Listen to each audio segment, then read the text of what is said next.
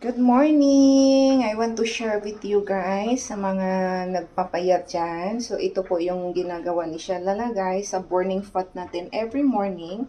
I-blend lang natin ito guys. So, may ano tayo, may pineapple, may kiwi, at saka yung strawberry at blueberry. Tapos, ang gamit natin is yung almond milk po siya.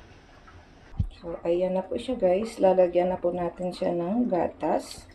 Yung almond natin.